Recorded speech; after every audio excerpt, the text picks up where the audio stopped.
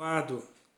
Quero saudar a todos do canal, dizer que estou orando por todos vós, aqueles que me pediram oração.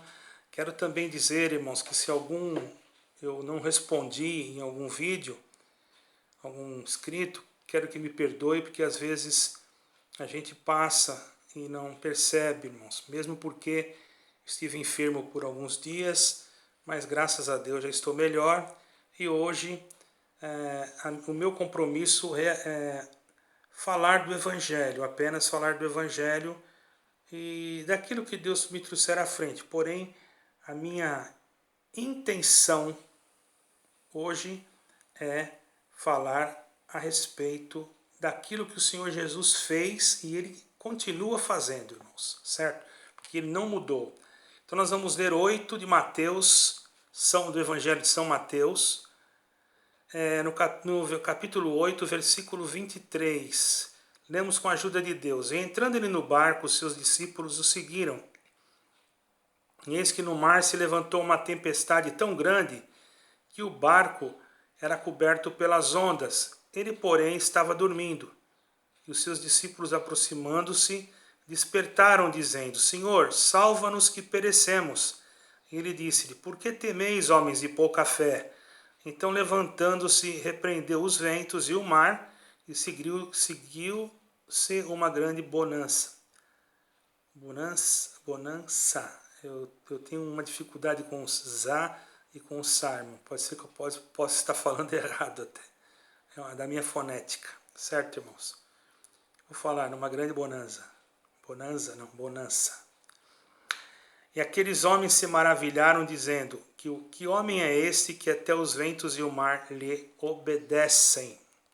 Então, irmãos, eles ficaram assustados por ver aquele milagre. Na verdade, as tempestades, irmãos, naquela região, elas são na região do Mar da Galileia, irmãos. Porque, na verdade, ele não é um mar, assim, vamos dizer, um mar. Que nós... ali está o mar. Não, não é um mar. Eles chamam de Mar da Galileia, mas na verdade é porque é o nome, mas na verdade é um grande lago que mede cerca de 21 quilômetros de comprimento e 14 quilômetros de largura. O lago é cercado por montanhas, está aproximadamente, irmãos, 200 metros abaixo do nível do mar.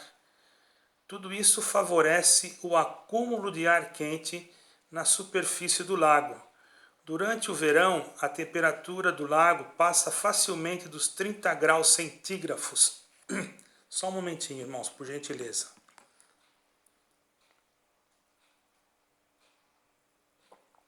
Creio que os irmãos estão entendendo.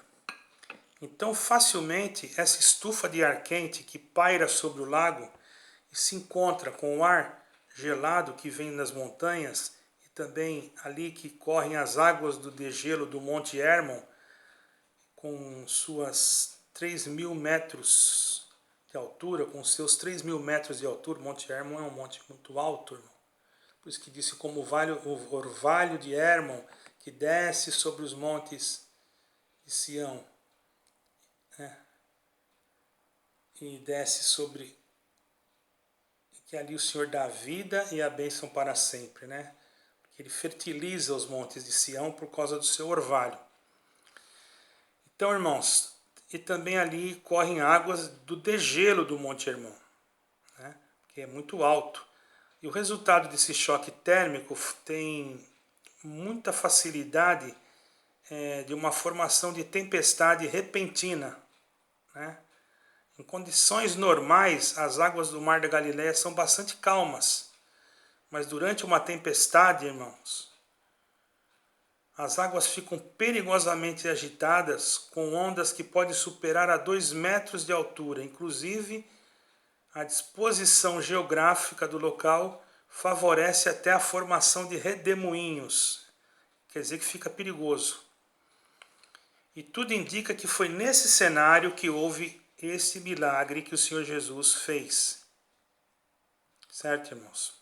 Porque essa tempestade veio com muita violência sobre eles.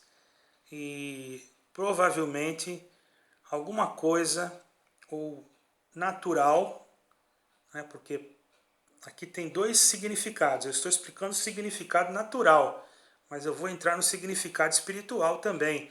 Mas estou explicando o significado natural para que vocês compreendam o que é o lago da... Para quem nunca foi, como Deus já me deu a graça de estar lá. Então eu posso também falar alguma coisa. E os discípulos do Senhor Jesus eram experientes pescadores. Eles não iam sair assim, porque só deles olharem eles já iam saber perceber que o tempo não era favorável, irmãos, né? E naqueles dias as embarcações não eram motorizadas, né?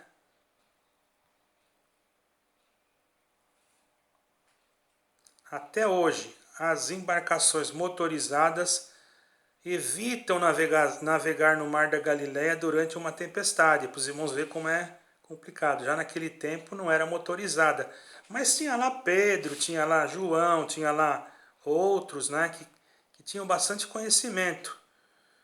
E pelo conhecimento que eles tinham, irmão, eles não perceberam nada de anormalidade para que houvesse uma tempestade. Mas agora vamos aqui no que está escrito. O Senhor Jesus estava saindo de um lado para outra localidade. Ele estava saindo de uma localidade do outro lado do lago para ir para uma localidade, né? Para outra localidade que era do outro lado. E não apresentava nenhum tipo, irmãos, de anomalia no tempo, nenhum tipo de presença, vamos dizer assim, de algo meteorológico, nenhuma formação de nuvens ou algum vento que viesse despertar os pescadores para dizer para o Senhor, Senhor, melhor não ir agora, porque olha como é que está o tempo. Não, irmãos, não houve isso. Houve alguma coisa, algum fenômeno, alguma coisa repentina. Aqueles que conhecem meteorologia vão dizer, não, houve uma mudança meteorológica repentina, certo? Mas vamos falar espiritualmente. O Senhor Jesus foi para lá para libertar um gadareno, que era endemoniado, está escrito aqui. E aquele que conhecia o poder, que conhece o poder do Senhor Jesus, sabe que ele tem poder para tudo, porque nós também sabemos, mas o diabo também sabe. E ele já tinha lá do outro lado um instrumento que ele estava usando para aterrorizar aquela população, irmãos. Glória ao nome santo do Senhor. Rapidamente, irmãos, ele como age com astúcia, o que ele fez? Ele também, os irmãos podem não acreditar, mas ele também, não que ele tenha essa condição quando Deus não permite, mas ele também pode mexer na natureza. Quando assim Deus lhe permite. Tem muitas coisas que acontecem na própria natureza que não é Deus que quer que seja daquele jeito, mas Deus permite para que o próprio homem consiga entender que ele precisa da proteção de Deus. E aquele que é o inimigo, eu não gosto de falar o nome dele, vocês já sabem de quem eu estou falando, queria impedir que o Senhor Jesus fosse até o outro lado. Então o que ele pensou? Ele é astuto, irmãos. Quando ele percebeu, ele não é onisciente, o adversário. Vamos dizer claro, o diabo. O diabo não é onisciente, nem onipotente, nem onipresente. Mas ele é astucioso. Ele consegue, nessa astúcia, perceber alguma coisa que vai acontecer, então ele já se adianta. Quando ele soube, quando ele percebeu que o Senhor Jesus estava indo para o outro lado, ele logo pensou, vou criar uma intempérie na natureza com uma força contrária. Então, e Deus permitiu. Então foi o diabo que criou aquela tempestade. Às vezes existem lutas na tua casa, na tua vida, que não é culpa sua, que não é culpa dos teus. É o inimigo que cria a confusão dentro da tua casa. Não que Deus tenha prazer nisso, mas para ver se você consegue naquele momento controlar a situação e pedir a Deus que através da tua oração Deus possa realmente interagir e colocar as coisas no lugar, ao invés de você colocar a tua mão. Quantos e quantos maus poderiam ser evitados se o homem, no momento em que ele estivesse na sua ira, ele parasse e pensasse: este movimento contrário é para mim perder a minha alma ou para mim usar da minha força física. Quantos estão dentro de presídios e quantos estão no cemitério porque no momento de fazerem alguma coisa agiram pelo impulso. Certo, irmãos? Mas o que tem isso a ver com aquilo que você está pregando? Tem muito a ver, porque eu estou falando aqui de uma tempestade forjada por algo que não era natural, por algo sobrenatural. Uma tempestade forjada pelo adversário da alma, pelo diabo. E o Senhor Jesus, irmãos, como ele estava na natureza humana, porque mesmo sendo verdadeiro homem e verdadeiro Deus, ele nasceu com uma natureza humana, mesmo tendo nele a natureza divina, mas ele nasceu com a natureza humana. E a natureza humana, só que tem um porém, ele não tinha pecado, nenhuma mácula. Ele era imaculado, ele será, sempre foi imaculado, quer dizer, sem mácula, sem pecado, sem mancha. Mas como ser humano, ele sentia fome, sentia sede, sentia vontade de comer pão, certo, irmãos? Ele sentia tudo isso. E ele sentiu sono. E quando entrou no barco, porque havia pregado há muito tempo, há muitas horas, era o prazer que estava nele, o dom. Ele era o próprio Deus, o Filho de Deus e o próprio Deus encarnado. Na verdade, irmãos, ele sabia de tudo antes que tudo acontecesse. Porém, existe, irmãos, mistérios e coisas que nós mesmos não podemos pregar, porque iria confundir a mente. Por isso que o pregador, irmão, ele tem que tomar cuidado quando ele vai usar um púlpito de uma igreja para não pregar, sabe, porque eu estou sentindo de pregar isso e prega, a pessoa às vezes não entende e pode cometer um grande erro, porque tem coisas que nós temos que ter, colocar as coisas com cautela. É como se você fosse servir um alimento para uma pessoa, uma criança recém-nascida. Você não vai dar feijoada para ela, porque senão ela vai morrer, ela vai se intoxicar. Você vai dar feijoada. Você não vai dar uma carne assada para uma criança que nem dente não tem para comer carne assada. Né? Você vai dar o quê? Uma papinha, uma comida mais leve. Conforme a evolução daquele pequeno ser, ele vai sendo adaptado, seu organismo, para receber um alimento mais sólido. Certo, irmãos? Um alimento mais sólido. Então, tem coisas que nós não podemos pregar. Não estou chamando ninguém de criança aqui. Mas muitos vão ouvir esse vídeo. E se eu não souber me expressar, ao invés de eu trazer uma confiança na pregação que eu estou pregando, eu posso causar uma confusão. E muitas das vezes nós, sem percebermos, irmãos, causamos confusões sim. Eu posso já ter causado confusões na mente de alguém, por que não? Porque somos seres humanos. O único que não causa nenhum tipo de confusão na mente de ninguém é Jesus Cristo.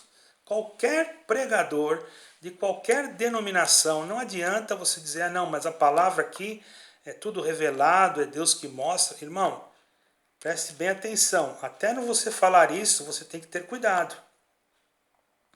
Bom seria que você nem falasse, porque se você prega uma coisa que diz que Deus te revelou e aquilo não acontece, você vai ser taxado de falso profeta. Então temos que ter cuidado. Ah, mas não cumpriu com esse, vai cumprir com aquele. Você joga assim, aonde cair, caiu.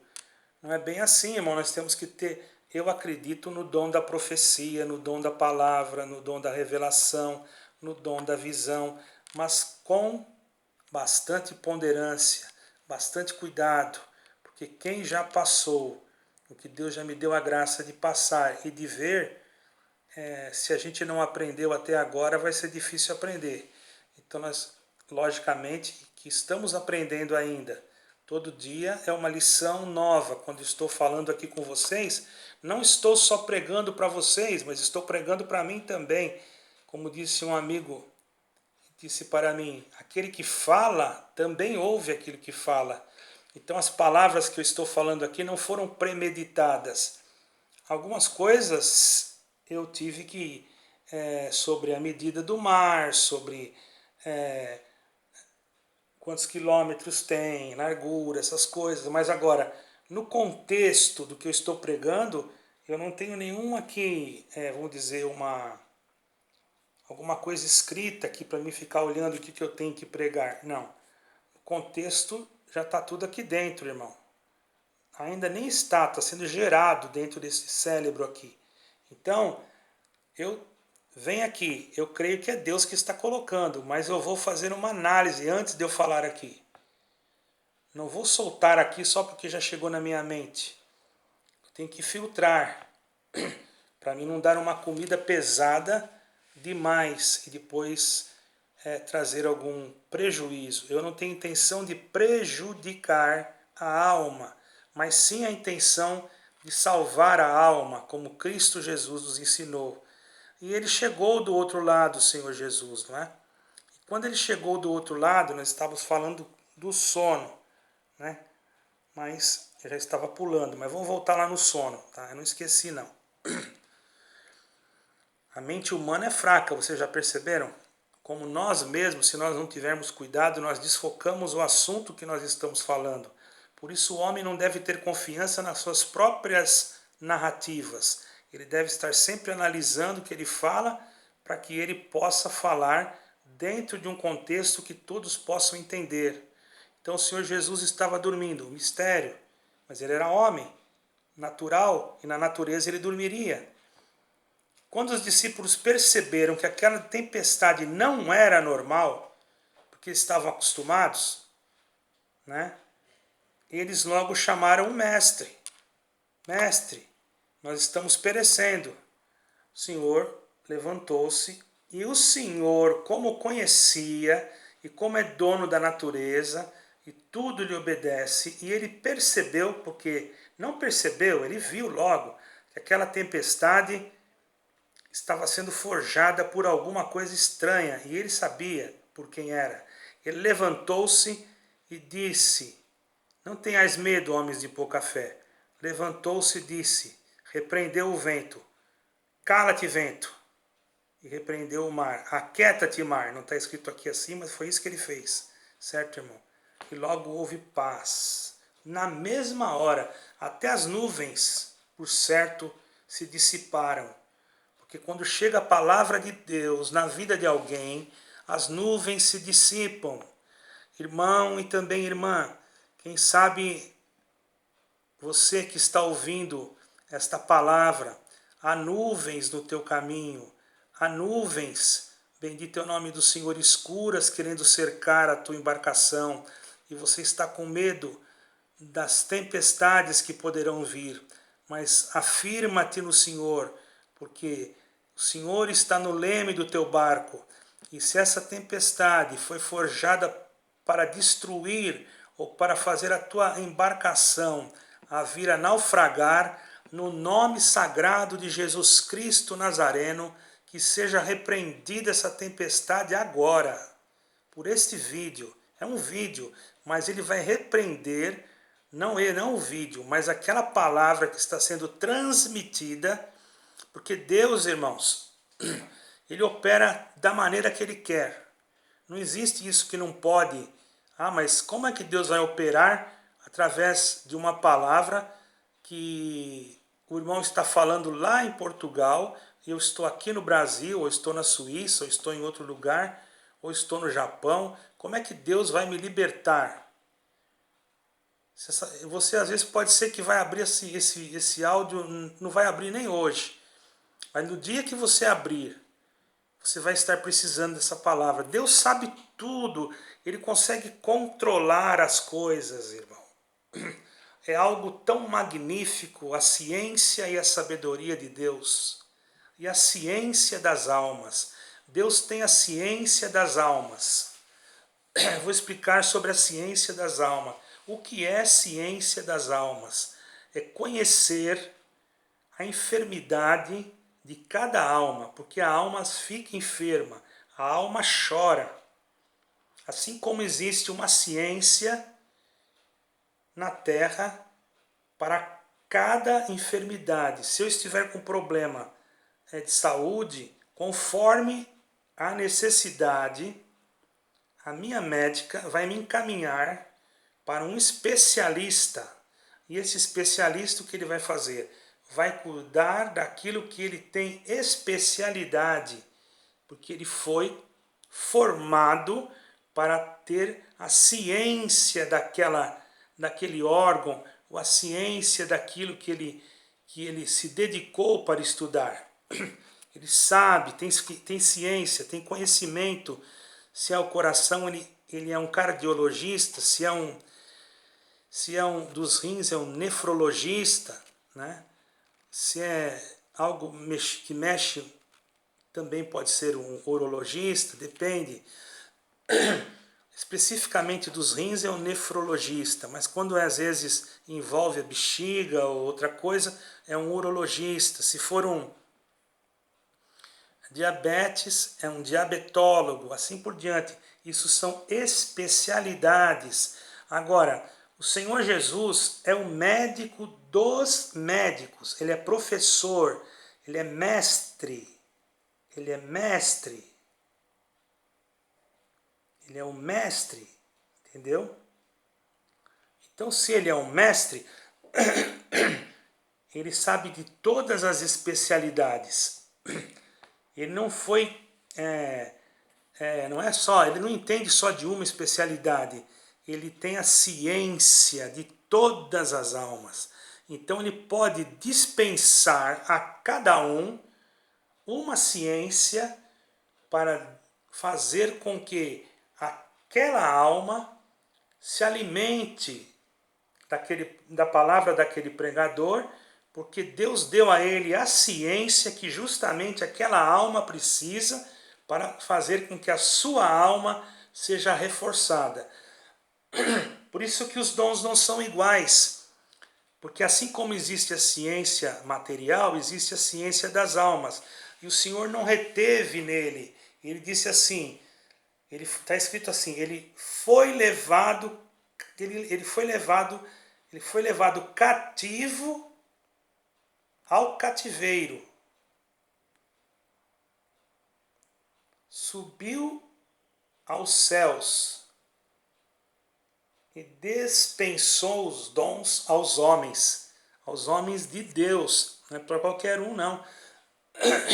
Se bem que existem dons que nós, irmãos, muitas das vezes não conhecemos, por isso não podemos julgar. E aqui estava, então, o Senhor repreendendo o vento, repreendendo o mar.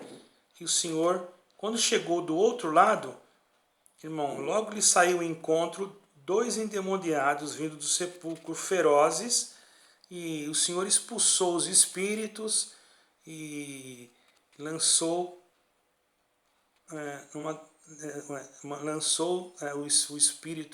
os espíritos numa manada de porcos. Libertou os endemoniados. Existem irmãos, traduções e traduções. Não vamos discutir traduções. Porque se nós entrarmos nesta questão de tradução, você vai encontrar em outro livro que é o endemoniado de Gadareno e que ele expulsou um demônio. Aqui está dizendo que expulsou demônios. Agora, você vai dizer, mas está dizendo no lugar que é um e diz no lugar que é dois. Isso Deus permite, irmãos. Sabe por quê? Nós temos que ter o conhecimento e a inteligência que os discípulos não eram repórteres. E que o Evangelho foi escrito muito depois que o Senhor Jesus passou e ressuscitou. Nem todos sabiam ler, salvo Lucas, e Lucas era médico, quando deveria saber ler. Pelo que eu tenho de conhecimento, Lucas era médico, não é? Inclusive, diz Lucas que foi ele que fez o primeiro tratado de tudo aquilo que foi feito pelo Senhor Jesus. Ele diz isso. Agora, não se refere que seja ele que escreveu o primeiro evangelho, mas as ordens do fator na matemática diz assim, não altera a soma. Então, irmãos, nós temos que ter muito cuidado para nós deixarmos de crer nas sagradas letras por causa de coisas pequeninas que não têm nenhum tipo de significado. Por quê?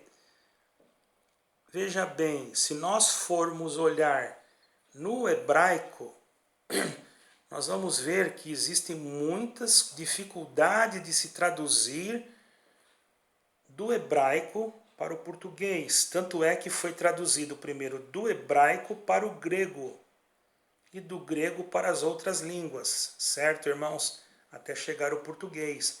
E os discípulos não eram repórteres, eles não andavam lá com... Eu sei que Mateus, foi Mateus que era o publicano, ele, por ser publicano e por cobrar impostos, ele deveria saber ler ou pelo menos entender de matemática, certo, irmão? Isso é óbvio, não é? Então ele também deveria ter, mas ele não ficava lá com uma câmera. Hoje nós temos aqui uma câmera que pode ficar filmando tudo que o Senhor Jesus fez e escrever na hora. Isso foi passado, irmão, até chegar até nós. Alguém vai dizer, então foi adulterado. Não, Deus não ia permitir que a sua palavra fosse adulterada. Por quê? Eu vou explicar por quê. Porque tem um provérbio, tem uma palavra que diz assim, que para toda glória há uma proteção. Mas então por que Deus permite certas coisinhas pequenas? Para ver qual é a tua fé. Se você crê só no que você lê, ou se você crê no contexto daquilo que você lê. Ou você é crente só na letra, você não é crente no espírito que está por trás da letra. Porque, irmão, se nós formos querer olhar traduções, nós entrarmos sobre traduções, que eu poderia entrar em outro vídeo, né? Mas eu sou obrigado a falar aqui alguma coisa, nós vamos encontrar muitas coisas que não vão envolver a nossa salvação e também não vão acrescentar nada. Porque, por exemplo, no hebraico não existe eu sou o que sou. Não existe. E você vai lá em Êxodo, você vai ver, e disse Deus a Moisés, eu sou o que sou. Mas isso não existe no alfabeto hebraico, não existe isso no hebraico. Procure para um professor e pergunte a ele.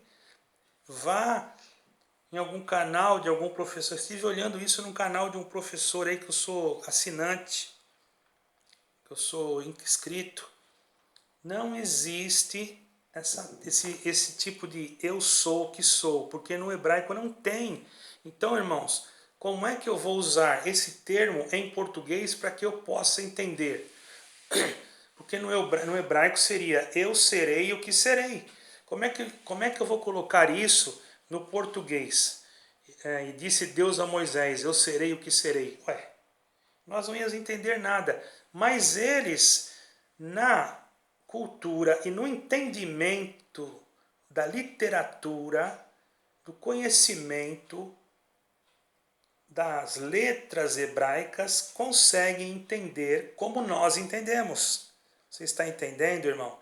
Então, por isso nós temos que ter cuidado, para nós não dizermos que isso foi adulterado, aquilo foi adulterado. Não, nada foi adulterado, apenas foi pequenas coisas que muitas das vezes são, porque não são, os discípulos não foram e não são repórteres, e são discípulos, apóstolos.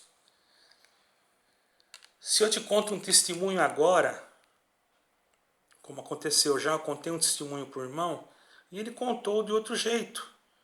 Contou certo, irmão, só que ele diminuiu um pouco. Mas ele contou certo. Eu vou dizer que é mentira, que aquilo está adulterado, que ele contou errado. Não, ele contou certo. Eu não vou contar o testemunho aqui, mas eu quero fazer um vídeo, irmãos, só de testemunhos. Se vocês quiserem, pode deixar embaixo aí, que eu tenho muito testemunho para contar. Tá bom, irmãos? Também gostaria de falar para você, querido irmão, cara irmã, não tenha medo da tempestade que está se levantando contra você. Seja lá qual for o motivo que ela se levantou contra você, seja lá qual for a causa que ela se levantou contra você, seja lá qual for o problema que se levantou contra você, saiba que Deus te ama, saiba que Deus está na tua vida, saiba que você não está sozinho nesse campo de batalha e que mesmo você pensando que Deus não está te vendo, Ele está vendo tudo, Ele conhece tudo, Ele sabe tudo a teu respeito. Então entrega a tua vida para Ele, creia nele, e você, aleluia, que crê em Jesus Cristo, que aceita Ele como seu Salvador, aleluia, faz uma oração agora a Deus, faça assim, fala comigo agora, Senhor, eu quero fazer parte, Senhor, da tua graça. Eu quero, Senhor, que tu, bendito é o nome do Senhor, habite no meu coração, que tu limpe o meu coração, que tu faça do meu coração morada do teu Espírito Santo, e que tu possa me mostrar o caminho da salvação, que é Jesus Cristo, mas que tu possa estar dentro de mim, Senhor. A partir de hoje eu quero ser teu filho, eu quero ser teu servo, eu quero ser filho do Eterno, do Deus que fez o céu e a terra. Eu quero ser, Pai eterno, aleluia, redimido pelo sangue de Jesus Cristo. E a Ele eu entrego o meu coração e a minha vida agora. Em nome do Senhor Jesus, amém e amém. Faça isso e Ele já vai tomar conta de você. E Deus vai começar a te limpar. E um dia Ele vai preparar o teu batismo. Não se preocupe. Você já entregou o seu coração para o Senhor, agora espere com paciência e você vai ver a mudança da tua vida. Você, aleluia, não se preocupe, eu vou me batizar naquele lugar, mas se eu for me batizar lá, eles vão querer que eu seja membro. Isso é o problema da instituição, irmão. Eles não deveriam fazer isso. A instituição devia deixar a pessoa livre, a pessoa batiza e vai na igreja onde ela sentir, irmão. Mas a instituição quer prender os seus membros por causa de alguma coisa que eu não vou falar o que é e que muita gente já sabe. Mas Jesus Cristo quer prender os seus membros nele, sem interesse no teu salário, sem interesse em nada. Ele quer que você seja preso nele, que você esteja ligado na videira para um dia poder herdar a vida eterna. E o Senhor Jesus apaziguará a tua tempestade. Deus seja em eterno glorificado. Amém.